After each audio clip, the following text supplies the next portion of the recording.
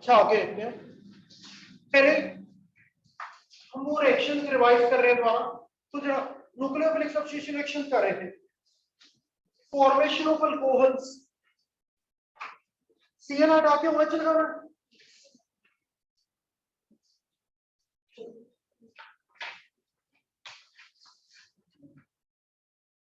CN हटा के OH लगाने के लिए दो मेथड्स हैं या नहीं, देखो किस किस चीज की हेल्प से? KOH एक्वस KOH और moist silver oxide. Aqueous KOH और मॉइस्ट सिल्वर ऑक्साइड।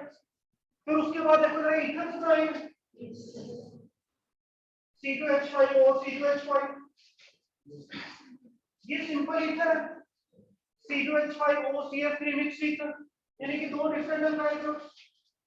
अगर सिंपल ईथर बनाने तो क्या यूज करोगे? Dry silver oxide. चलो ड्राई सिल्वर ऑक्साइड में क्या होगा? दो Ag निकल गए और साइडों तो Cl निकल गए, C2H5O C2H5 बन गया डाइथाइल ईथर। और जब मिक्स्ड ईथर बनानी है तो देखो क्या लिया, sodium salt alcohol, sodium salt और अल्कोहल। उसमें देखो क्या है, NaOCH3 ले लिया हमने, NaOCH3।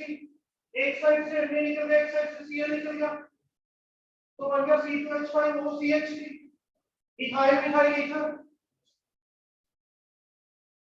फिर है अगर O हटा के S लगा दें तो थायोपाइन यूज करते हैं, O हटा के S लगा दें तो देखो जैसे पहले OH की जगह SH कर दिया तो थायल कोहल, फिर O की जगह S कर दिया तो थायल ईथर। अब इसमें हमने जब थायल कोहल बनाना है तो KSH ले लिया, KSH NaSH RBSH सब एक ही बात ही होगी।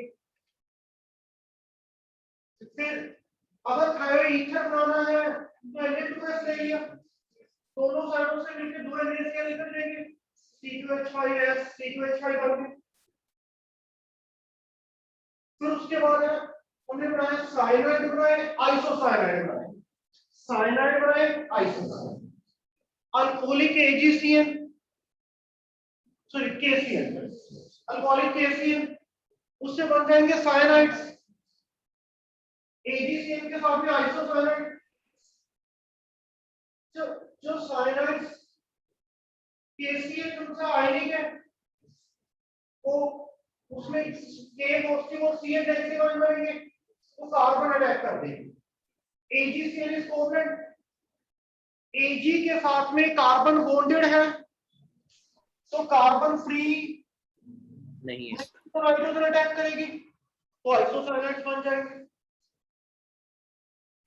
फिर अगर KONO यूज करते हो पोटेशियम नाइट्राइड तो ये आयनिक है, इस केस में O नेगेटिव अटैक करेगा। AgONO इज, तो ये तो बॉन्डेड है तो यहाँ N अटैक करेगा। तो पोटेशियम नाइट्राइड के साथ में नाइट्राइट बनेंगे, सिल्वर नाइट्राइड के साथ में नाइट्रो बनेंगे। कुछ कहना चाह रहा हूं, कोई बोल।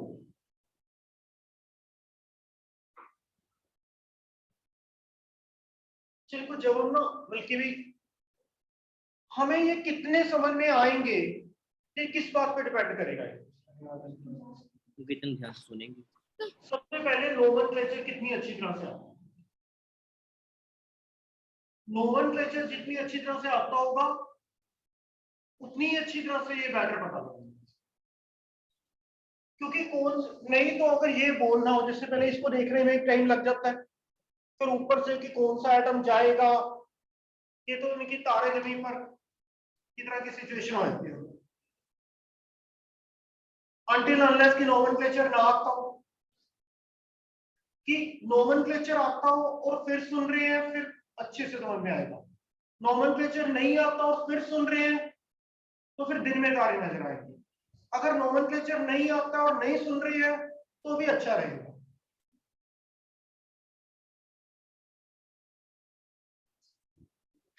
अगला रिएक्शन देखते हैं। Silver salt of carboxylic acid, silver acetate हमने यूज किया है पहले। Yes, sir. सर आपने हंस रही करेक्शन में अल्काइल हैलाइड बनाते हुए CH3Br बनाया, तो CH3COOH अल्काइल हैलाइड यूज कर दिया, AgBr निकल गया, क्या बन गया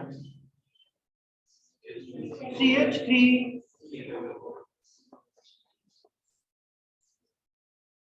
कोई नोट कर लेना चाहिए साइड में, क्या नहीं वैसे लिखा भी हुआ उसमें नीचे, उसमें से AgCl निकलता आप खा सकते हो। तो इससे क्या बन जाएंगे एस्टर।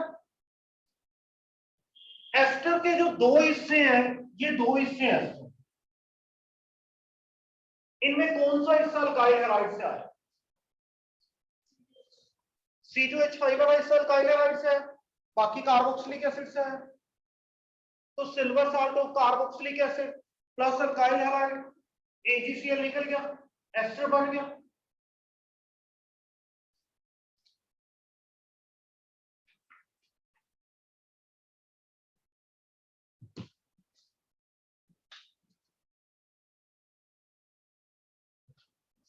जब हमने ले लिया, ये क्या है अल्काइन, कोई ऐसा अल्काइन जिसकी साइड वाले कार्बन पर सोडियम लगाओ, वैसे जिनको रिएक्शन ध्यान में आया बताओ क्या, कि जरूरी नहीं कि पूरा ध्यान में आए, लिटिल बिट ऐसा था उसमें ये रिएक्शन, क्योंकि उसके अंदर ये कंपाउंड था एसिडिक करेक्टर ऑफ अल्काइन। जब अगर इसको हम कैसा अल्काइन ले लें जिसकी टर्मिनल कार्बन पर सोडियम हो, जिसकी ट्रिपली बॉन्डेड कार्बन पर, अब उसको अल्काइल हैलाइड से ट्रीट कर दो, अल्काइल हैलाइड से। इस अल्काइन में कितनी कार्बन हैं? अब NaCl निकल गया, देखो अल्काइन बन गया या नहीं। इसमें कितनी कार्बन हैं? 4, इसमें 4 कार्बन है। अब रिएक्शन का नाम लिखा हुआ है, नोट्स में पढ़ो जरा क्या लिखा हुआ है, formation of higher alkynes from lower alkynes, formation of higher alkynes from lower alkynes. देखो नाम सूट करता है, छोटे अल्काइन से बड़ा अल्काइन बन गया या नहीं? 3 कार्बन वाले अल्काइन से 4 कार्बन वाला हो गया। अगर यहाँ पर C2H5 ले लेते तो 5 वाला भी बन जाता। तो लोगे क्या इसके लिए, एक तो अल्काइल हैलाइड और एक ऐसा अल्काइन जिसकी ट्रिपली बॉन्डेड कार्बन पर सोडियम लगा, कोई ऐसा अल्काइन जिसकी ट्रिपली बॉन्डेड कार्बन पर सोडियम लगाओ।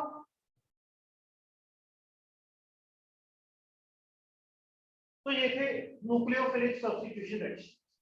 आज हमने जो किए एक बार दोबारा रिकॉल करते हैं।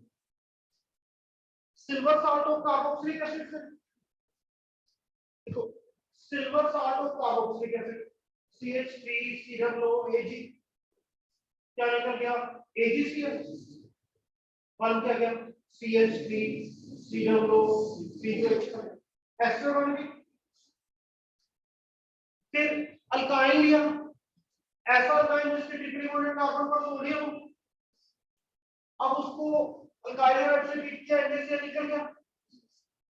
पहले अगर 3 कार्बन वाला अल्काइन था तो 3 से ज्यादा वाला बन गया, छोटे अल्काइन से बड़ा अल्काइन बन गया। अगला रिएक्शन है reaction with alcoholic ammonia, reaction with alcoholic ammonia. Ammonia के साथ में रिएक्शन कर रहे हो, देखो एक बार कॉपी से नोट से पढ़ो।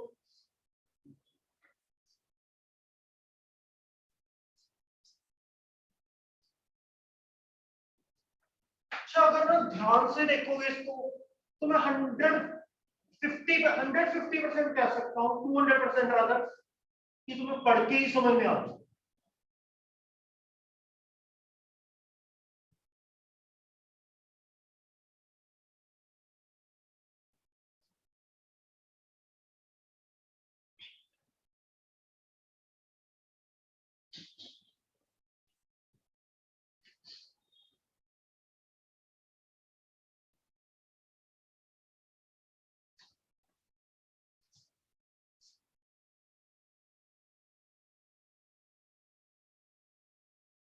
देखो उसमें अमोनिया का क्या हट गया, एच, अल्काइल हैलाइड का Cl अमीन्स बन गए।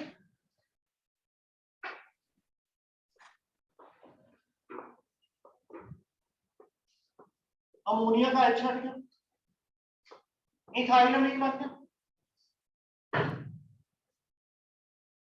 तो अल्कोहलिक अमोनिया के साथ में अमीन्स बन गए। अब एक और अल्काइल हैलाइड ले, इथाइल अमीन। पहले नाइट्रोजन से एक क्या हटाया था, मैं एक और हटा सकते हैं या नहीं? हटा दिया। इधर से Cl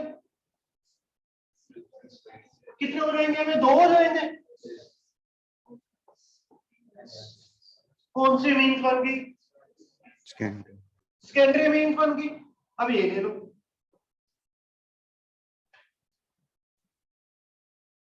अब क्या होगा, एक और HCl निकल गया, क्या बन गया?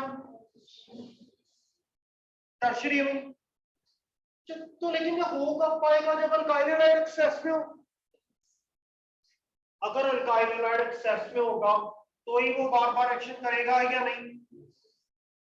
तो अगर अल्काइल हैलाइड एक्सेस में होगा तो क्या होगा, tertiary mean, secondary mean, primary mean तीनों का मिक्सचर बन जाएगा। पर टर्शियरी मीन बनने के चांसेस ज्यादा होंगे, बनेगा तीनों का मिक्सचर।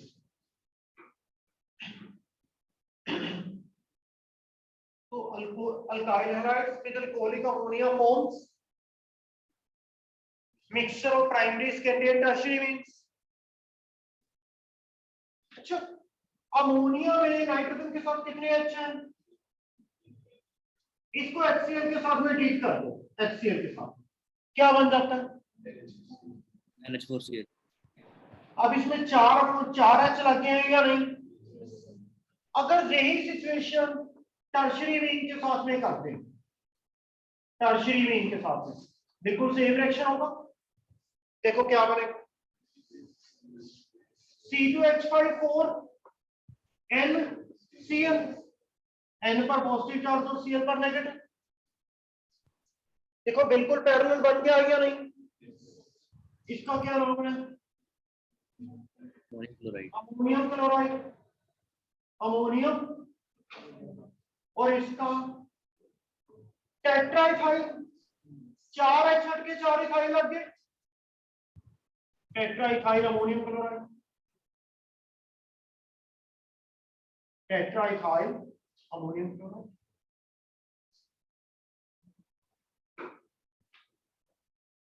देखो जरा रिएक्शन,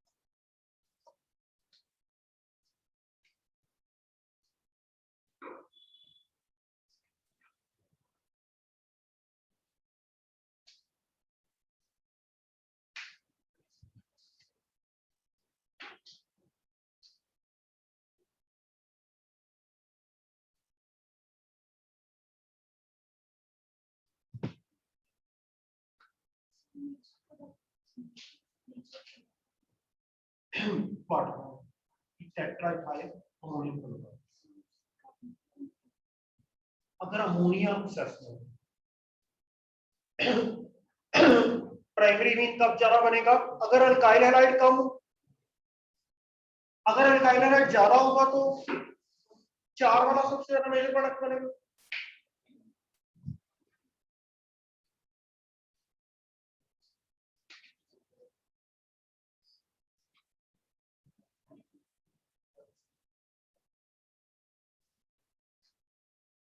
आगे आ रहे हैं कि बीच में ना कुछ रिएक्शन इसमें लिखने रहेंगे, वो लिख रहे हैं।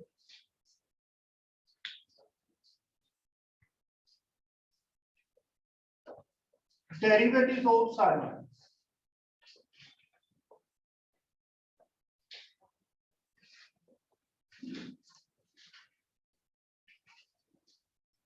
Derivatives of cyanide.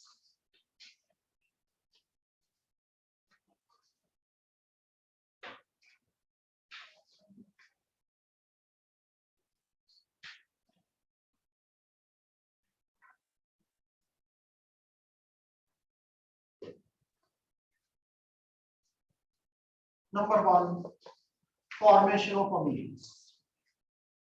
पहले वो रिएक्शन लिख लेते हैं।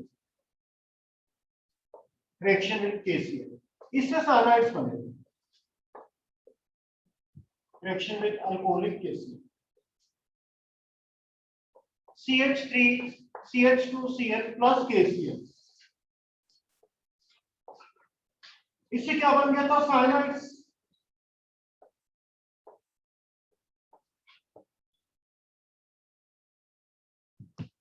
ये क्या? Ethyl chloride. और ये क्या? Propane nitrile. Propane nitrile. Alkyl halide में कितनी कार्बन्स हैं? 2। और प्रोपेन नाइट्राइल में तो साइनाइड है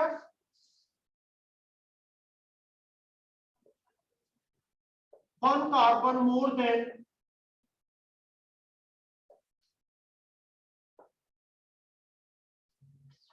alkyl halide.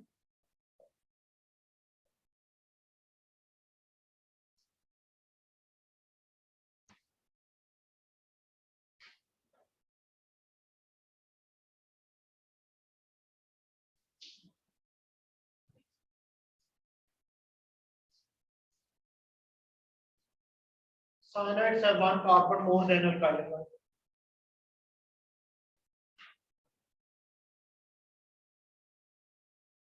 Derivatives of cyanides.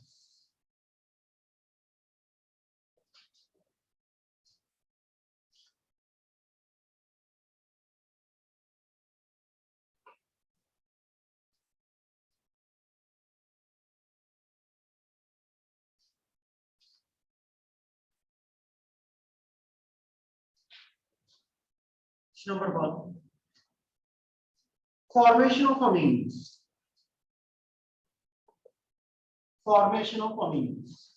Primary means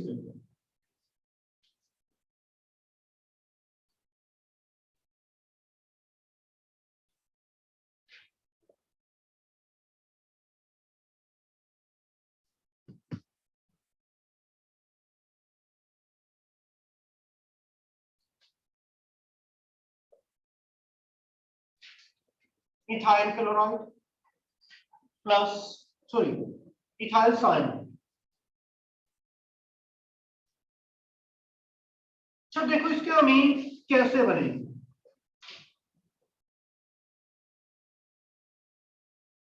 दो पाई बॉन्ड हटा दिए तो कितने H लगेंगे? 4। 2 इधर और 2 इधर, दोनों तरफ 2 H लग जाएंगे। Plus hydrogen in the presence of निकल और पैलाडियम और प्लाटिनम, क्या बन जाएगा? CH3 CH2 CH2 NH, CH2 NH2। Propyl अमीन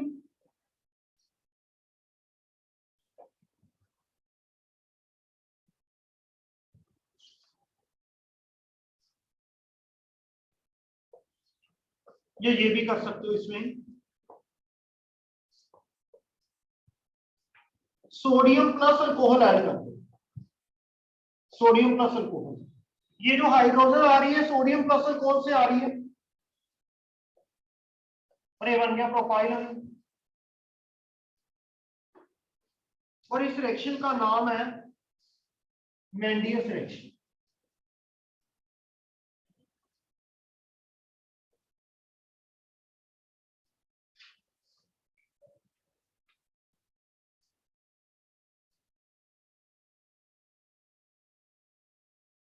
इस रिएक्शन में जो अमीन बनी है, जिस अल्काइल हैलाइड से बनाई थी उससे एक कार्बन ज्यादा है या नहीं? अल्काइल हैलाइड में 2 थी, अमीन में 3 है।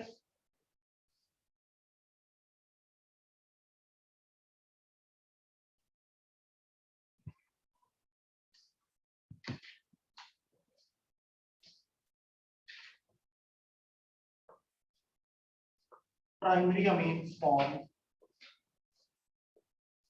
have 1 carbon more than alkyl halide.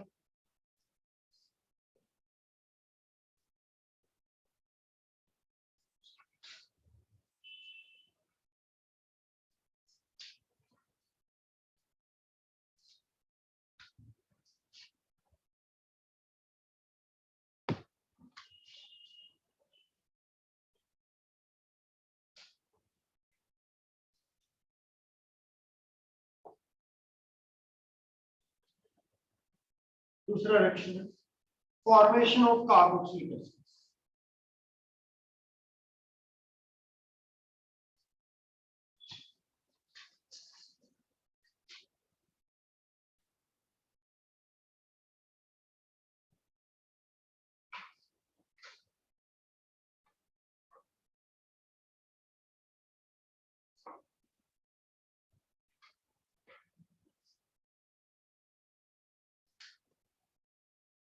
Ethyl cyanide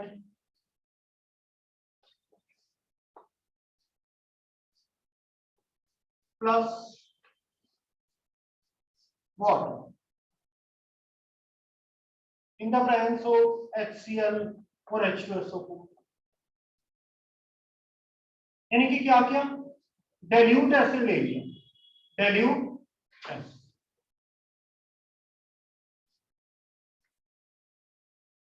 और अब इसमें 3 कार्बन हैं, 3 कार्बन वाला कार्बोक्सिलिक एसिड है, प्रोपेनोइक एसिड।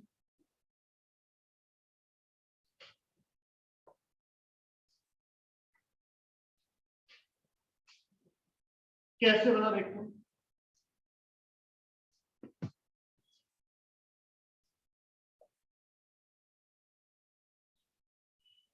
इसमें ट्रिपल बॉन्ड है, ये ब्रेकअप का है। अब कार्बन पर कौन सा चार्ज आएगा,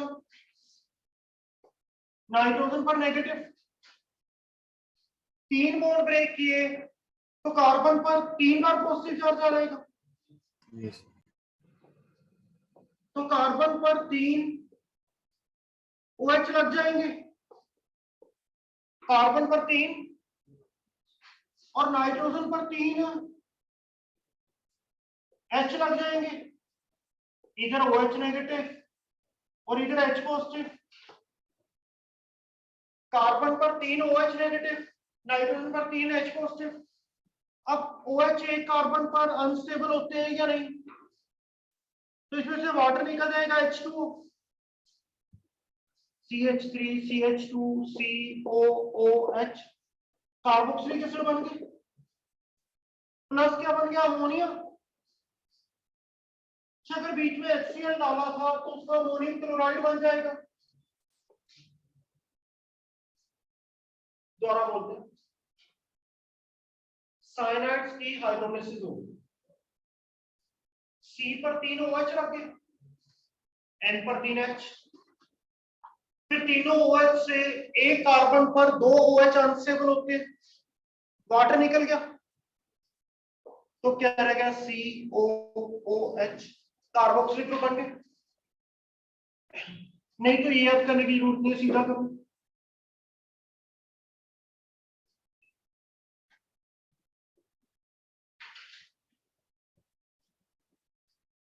तो कार्बोक्सिलिक एसिड में एक कार्बन ज्यादा है अल्काइल हैलाइड से। Yes. Carboxylic acid formed has one carbon more than alkyl halides.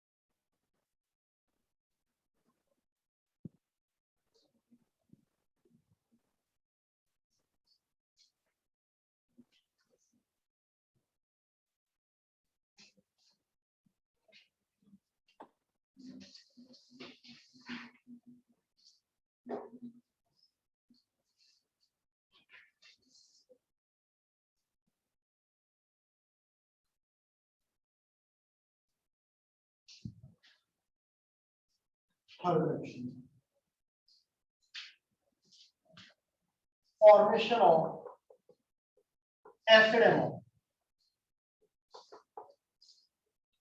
Formation of acid ammonia. इधर देखना फिर अब ना यार डाइल्यूट एसिड की जो है कंसंट्रेटेड एसिड है,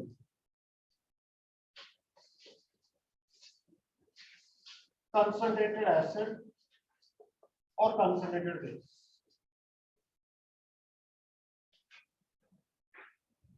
एसिड एमाइड बनाना है ना, CH3 CH2 CONH2, acid amide बन गया। प्रोपेनामाइड, सब देखो यार क्या होगा।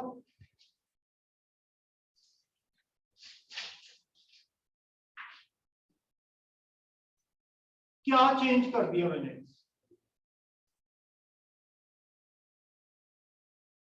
दो बॉन्ड ब्रेक कर दिया ना, 3 की जगह पे 2 बॉन्ड ब्रेक कर दिए।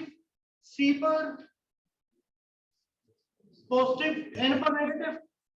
अब C पर कितने OH लगेंगे, 2। एक कार्बन पर 2 OH, N पर 2 H, एक कार्बन पर 2 OH अनस्टेबल है, वाटर निकल गया। अब क्या रहेगा, CH3 CH2 CO NH2 लगेगा। पहले वाले रिएक्शन को हम कंप्लीट हाइड्रोलिसिस कह सकते हैं और इसको कह सकते हैं पार्शियल हाइड्रोलिसिस। देखो कह सकते हैं या नहीं, पहले वाले को कंप्लीट हाइड्रोलिसिस और इस दूसरे वाले को partial hydrolysis. Acid amide formed has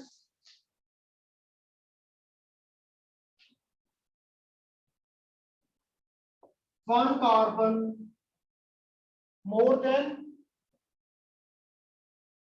alkyl halide।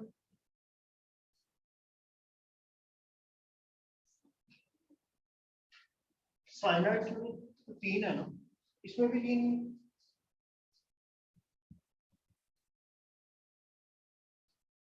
जो फाइनल प्रोडक्ट बन गया उसमें alkyl halide से एक कार्बन जा रहा है,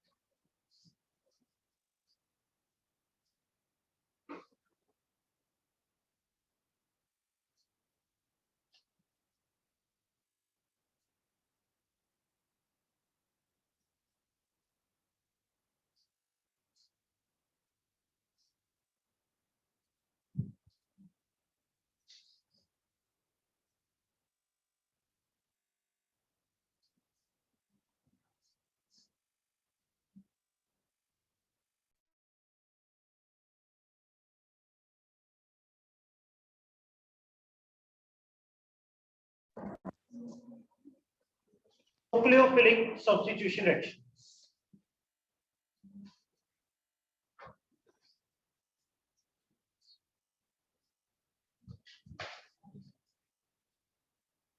अब दूसरी कैटेगरी ऑफ रिएक्शंस, कौन सी कैटेगरी? Elimination reactions. देखो पीछे वाले पेज,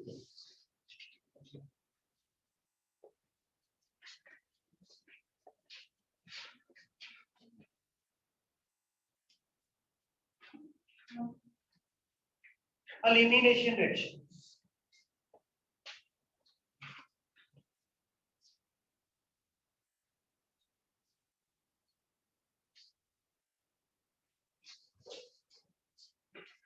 जिसके अंदर पढ़ेंगे बीटा एलिमिनेशन रिएक्शन।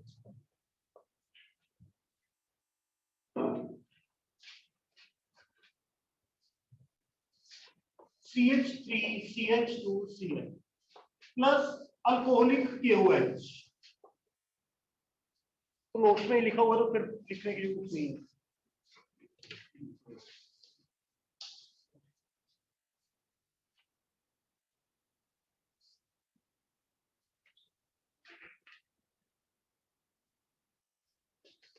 लिखना पड़ेगा, नहीं यही लिखा हुआ था, और नहीं लिखा हुआ, लिखना पड़ेगा। Ethyl chloride plus alcoholic KOH, ethene plus KCl plus water. तो इसमें क्या हुआ देखो, एक कार्बन से H और एक से Cl, और दोनों साथ साथ वाली कार्बन है। दो साथ वाली कार्बन में से एक से H एक से Cl।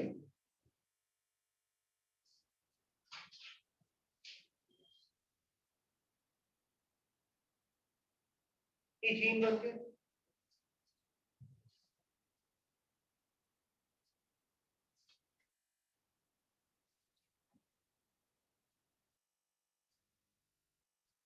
तो अगर दो साथ वाली कार्बन से कुछ निकले तो उसको क्या बोलते हैं? Beta elimination. दो साथ वाली कार्बन से कुछ निकले तो बीटा एलिमिनेशन। जब ये तो था इथाइल क्लोराइड, इथाइल क्लोराइड, और इससे बन गया इथीन। अब अगर मैं लेता हूं propyl chloride plus alcoholic KOH, अब देखो क्या होगा। प्रोपीन, एक H और एक Cl निकल जाएगा। Propene plus KCl plus water.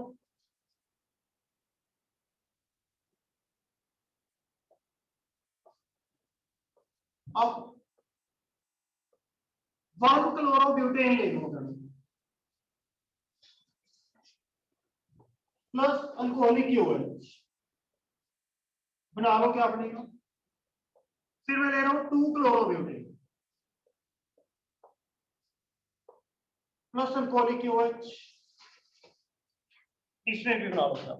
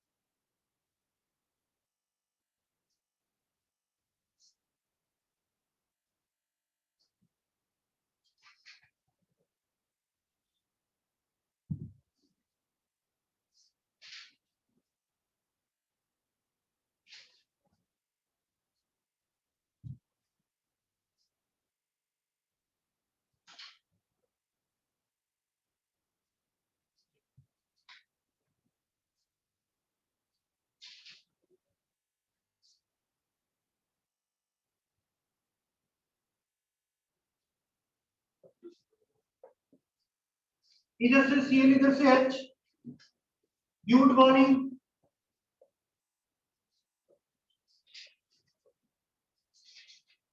ब्यूटवानी,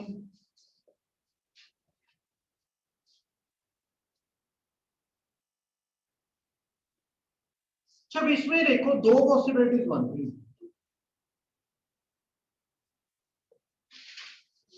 H इधर से भी निकल सकता है और इधर से भी निकल सकता है, दोनों तरफ से निकल सकता है। तो 2-क्लोरोब्यूटेन में अगर एच इधर से निकला, इधर डबल बॉन्ड बन जाएगा, ये ब्यूटवानीन बन गया। और अगर इधर से निकला ब्यूटोइन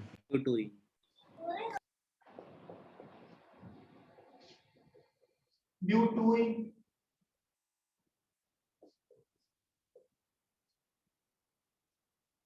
ब्यूटवानीन।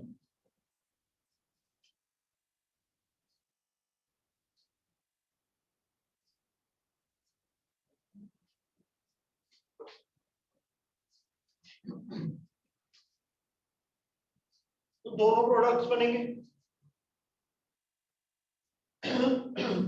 और इसमें but two ene is major product. Yes sir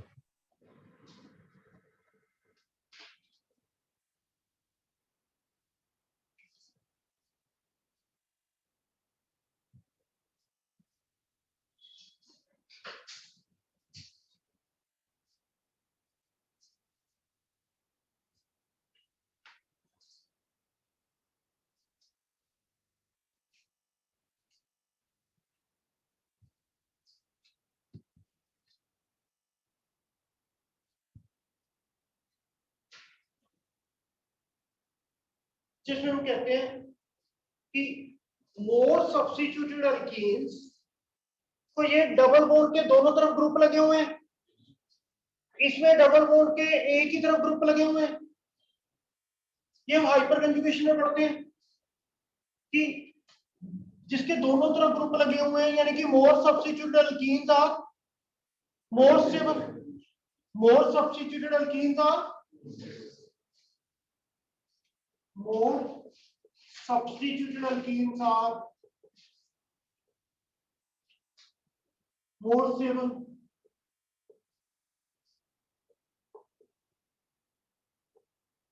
Therefore, these are formed as, क्या लिखूं, मेजर प्रोडक्ट, क्योंकि वो ज्यादा स्टेबल है तो ज्यादा बनेंगी।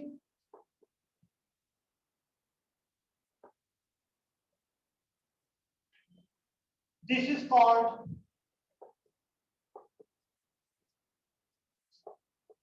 Satisf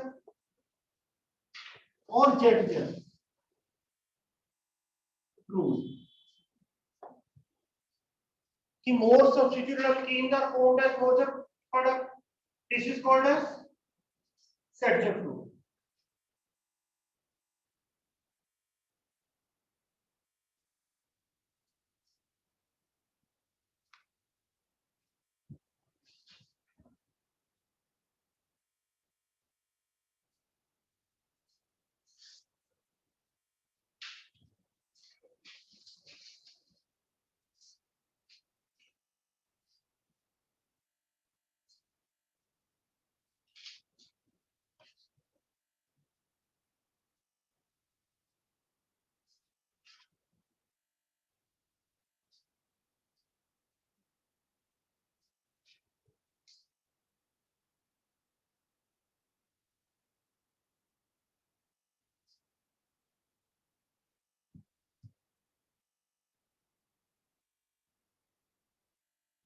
अब हम इसका मैकेनिज्म देखें।